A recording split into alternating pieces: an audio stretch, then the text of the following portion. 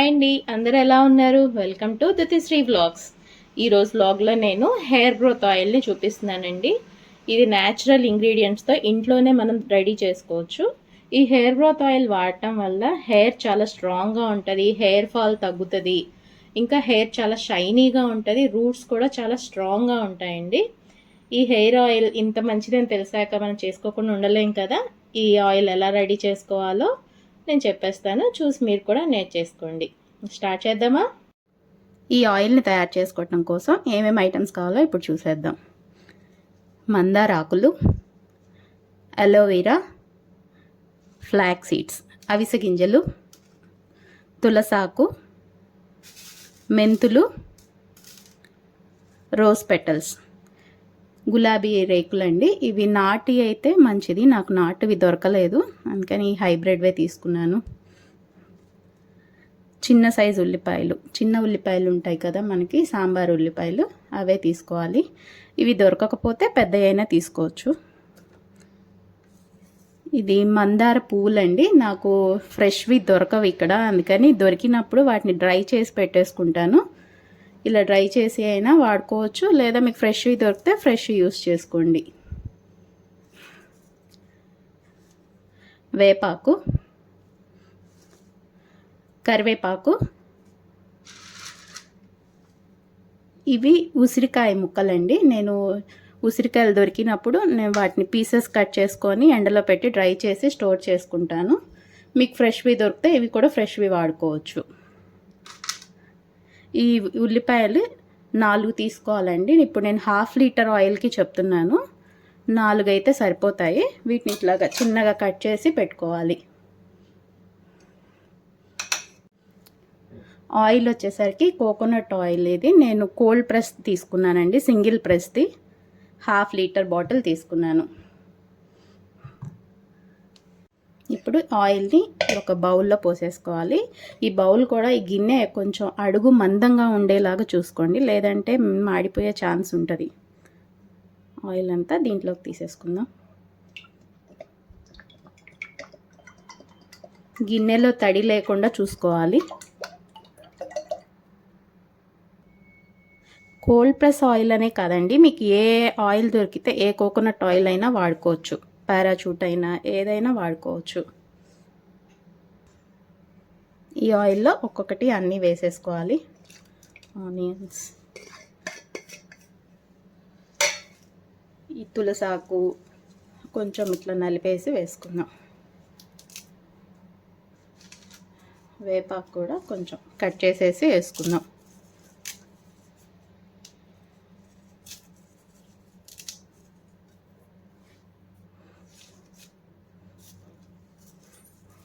మందార పువ్వు, దీన్ని కూడా పెటల్స్ ఓపెన్ చేసి వేస్తున్నాను. మందార ఆకులు కూడా కట్ చేసేసి వేసుకోండి.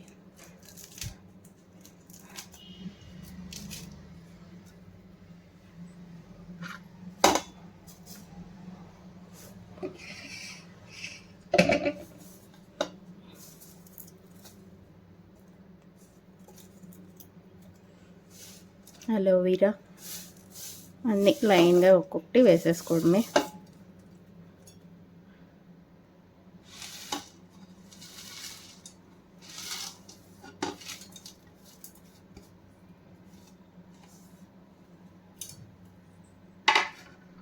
అన్నీ వేసేసుకున్నాం కదా, ఒకసారి కలిపేద్దాం.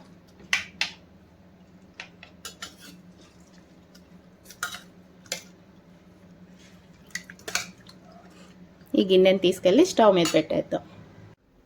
పొయ్యి మీద పెట్టేసుకొని గిన్నెని ఫ్లేమ్ ఆన్ చేసేసుకుందాం. ఫ్లేమ్ మరీ హైగా పెట్టకూడదు, లోగా పెట్టకూడదు, మీడియంగా పెట్టుకోవాలి, సరిపోతుంది.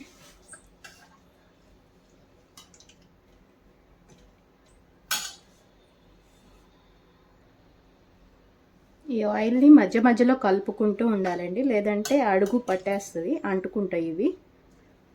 ఇలా కలుపుకుంటూ ఇవంతా కూడా బాగా ఫ్రై అయిపోయి పైకి ఫ్లోట్ అవుతాయి. అప్పటి వరకు మనం దీన్ని కాగపెట్టుకుంటూనే ఉండాలి, మధ్య మధ్యలో తిప్పుకుంటూ.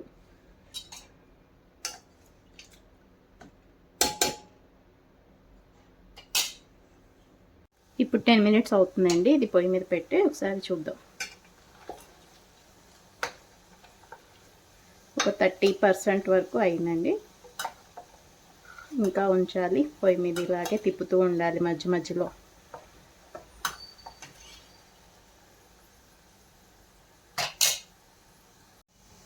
చూస్తున్నారు కదా, ఇట్లా ఫ్రై అవుతూ ఉంటాయి.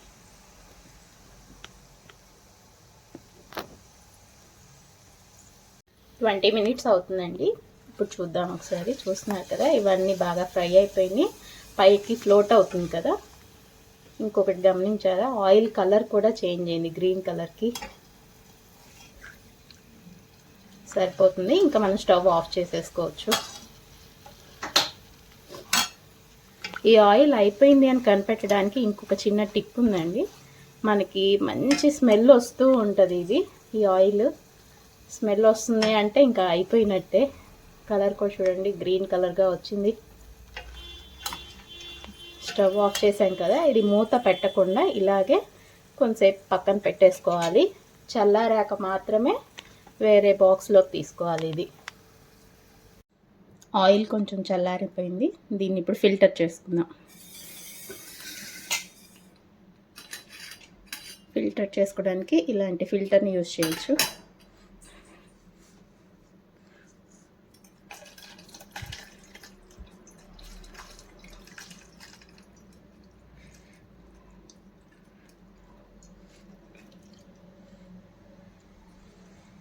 ఖచ్చితంగా నాకు ఈ ఆయిల్ తయారవడానికి 20 మినిట్స్ టైం పట్టిందండి. డ్రై వాడాను కాబట్టి కొంచెం త్వరగా అయిపోయింది.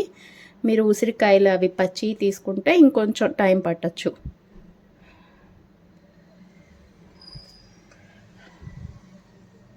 ఫిల్టర్ చేసేసుకున్నాను. ఆయిల్ రెడీ అయిపోయిందండి. దీన్ని మనం ఒక బాటిల్లో వేసుకొని స్టోర్ చేసుకోవచ్చు.